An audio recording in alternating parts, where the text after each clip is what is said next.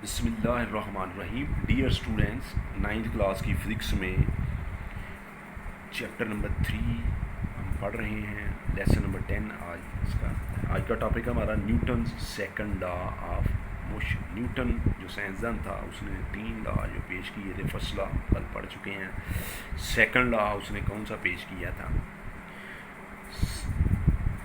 Newton ने ये बात बताई थी कि जब कोई फोर्स नेट फोर्स मैंने बताया था रिजल्टेंट फोर्स को कहते हैं। मुख्तलिफ फोर्सेज मुख्तलिफ डायरेक्शन में लग रही हैं, लेकिन उनकी रिजल्टेंट जो फोर्स होती है उस फोर्स को नेट फोर्स कहते हैं। यानी जो नतीजा तन जो फोर्स जो फाइनली जो फोर्स जो असरअंदाज हो रही है फोर्स, वो नेट फोर्स होती है।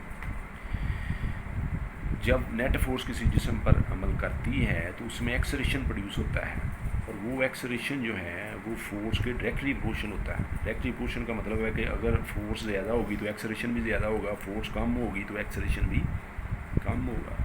और वो एक्सेलरेशन जो है वो उस बॉडी के मैस के इन्वर्सली प्रोपोर्शनल होगा। इन्वर्सली प्रोपोर्शनल का मतलब है अगर मैस ज़्यादा है, बॉडी बड़ी है, तो उसमें एक्सेलरेशन कम प्रोड्यूस होगा। अगर वही फोर्स छोटी बॉडी पे लगा रहे हैं उसमें एक्सेलरेशन ज़्यादा होगा। ये दो एक दूसरे के रिवर्स हैं। मैस के ज़्यादा होने से एक्सेलरेशन कम हो जाएगा। मिसाल के तौर पर जो है वो गन से आपने फायर किया, बुलेट जो है उसका मैस कम होता है और स्पीड बहुत ज़्यादा होती है, और उसका जो है वो है एक्सेलरेशन, यानी जिसकी मैस कम होगा उसमें एक्सेलरेशन ज़्यादा प्रोड्यूस होगा। ट्रेन है और ट्रेन जो है वो उसका मैस ज़्यादा है, फर्ज किया उसकी स्पीड चाहे वो ज़्यादा भी होगी लेकिन उसका एक्सेलरेशन जो है वो कम प्रोड्यूस होगा। एक जैसी फोर्स जब दो जिसम मतलब बॉडीज़ में अमल कर रही है, एक का मैस ज़्यादा, ये ज़्यादा मैस है, ये कम है, फोर्स सेम है इसके ऊपर भी इसके ऊपर भी, तो वो फोर्स इसमें कम मैस जो है एक्सेलरेशन प्रोड्यूस करेगी, इसमें ज़्यादा एक्सेलरेशन प्रोड्यूस करेगी। तो यानी मैस ज़्यादा हो तो एक्सेलरेशन कम होगा, मैस कम हो तो एक्सेलरेशन। तो न्यूटन ने ये बात बताई कि जब कोई फोर्स किसी जिस्म पर अमल करती है, नेट फोर्स, तो वो उसके अंदर एक्सेलरेशन प्रोड्यूस करती है। वो एक्सेलरेशन जो है फोर्स के डायरेक्टली प्रोपोर्शनल होता है, यानी फोर्स ज़्यादा होगी तो एक्सेलरेशन भी ज़्यादा होगा, और उसके मैस के इन्वर्सली प्रोपोर्शनल होता है। मैस ज़्यादा होगा तो एक्सेलरेशन कम होगा। मैथमेटिकली इन दो चीज़ों को अगर मैं लहदा लिखूँ, ए डायरेक्टली प्रोपोर्शन है एफ़ के और ए इन्वर्सली प्रोपोर्शन है एम के, तो ए इन दोनों को जब इकट्ठा करेंगे तो ये ऐसे हो जाएगा ए प्रोपोर्शन एफ़ ओवर एम के, और यहाँ पर जो है ये एफ़ जो है अगर इधर ही पड़ा रहा है ये इधर जाकर मल्टीप्लाई हो जाएगा। एफ़ डायरेक्टली प्रोपोर्शन है एम ए के, साइन ऑफ प्रोपोर्शनलिटी को ख़त्म करके इक्वल का साइन लगाया, और यहाँ के कांस्टेंट लगेगा। एक कांस्टेंट की वैल्यू अगर 1 हो तो ये आंसर आएगा F is equal to M A. ये मैथमेटिकल फॉर्म है न्यूटन के सेकंड लॉ ऑफ मोशन की, कि फोर्स जो है वो मैस और एक्सेलरेशन को मल्टीप्लाई करें तो वो उसके इक्वल होती है। अब यहाँ से हम एक यूनिट बनाएंगे फोर्स का, और उसका नाम रखा गया है न्यूटन, साइंसदान के नाम पे उसका नाम रखा गया है। अब अगर ये देखें F is equal to M A है, तो एम का यूनिट होता है 1 kg और ए का यूनिट होता है मीटर पर सेकंड स्क्वायर। अगर ये 1 न्यूटन हो फोर्स तो ये 1 kg होगा 1 मीटर पर सेकंड स्क्वायर। यानी इसका मतलब ये है कि 1 न्यूटन जो है 1 किलोग्राम के जिस्म में 1 मीटर पर सेकंड स्क्वायर का एक्सेलरेशन पैदा करने के लिए जितनी फोर्स चाहिए है वो 1 न्यूटन के बराबर होती है। फिर दोबारा देखें, 1 किलोग्राम जिस्म के अंदर 1 मीटर पर सेकंड स्क्वायर का एक्सेलरेशन प्रोड्यूस करने के लिए जितनी फोर्स चाहिए, क्योंकि ये एफ़ था, ये एम था, ये ए था, तो मैं ये कह रहा हूँ कि 1 किलोग्राम मैस के जिस्म में 1 मीटर पर सेकंड स्क्वायर का एक्सेलरेशन प्रोड्यूस करने के लिए जितनी फोर्स चाहिए वो 1 न्यूटन है वो। तो इसका यूनिट बनेगा 1 न्यूटन जो है ये बराबर होगा kg मीटर पर सेकंड स्क्वायर का। ठीक हो गया जी।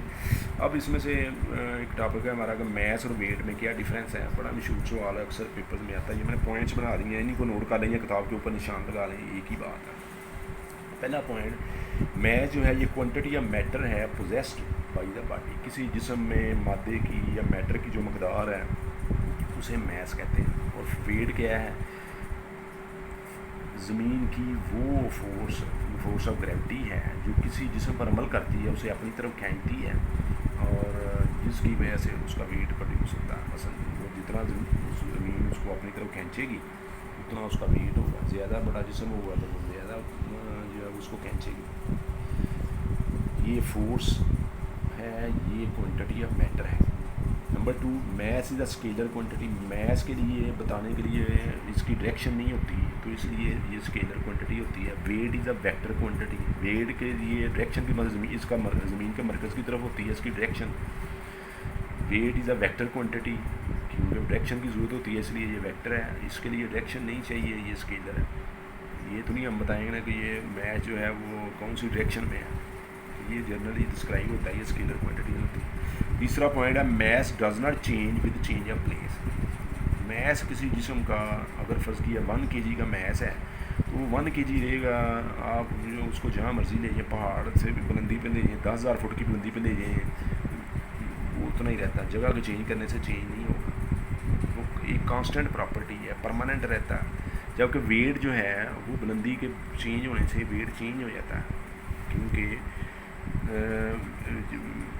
हाइट के साथ ज़मीन के मरकज़ से जितना ये फासला बढ़ता जाएगा, यहाँ कोई जिसम 8-10,000 फुट की बुलंदी पे है और एक यहाँ पड़ा हुआ है, तो दोनों के वेट में फ़र्क होगा, क्योंकि वेट का फार्मूला होता है W=mg। तो m और g जो होता है ना, इसकी वैल्यू फ़र्क पड़ जाता है। वो आगे हम पढ़ेंगे ग्रेविटी का कैसे फ़र्क पड़ता है बुलंदी के साथ। चौथा पॉइंट है SI unit of mass is kg, kilogram.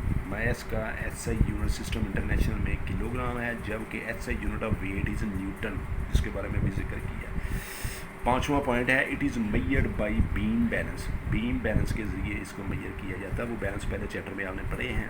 और weight is measured with the spring balance. Spring balance भी आप पढ़ चुके हैं कि ये इस तरह का एक बैलेंस होता है।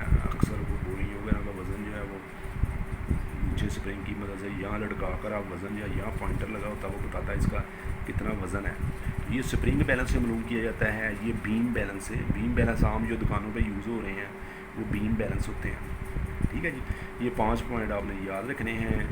यहाँ तक आज का आपका लेसन है।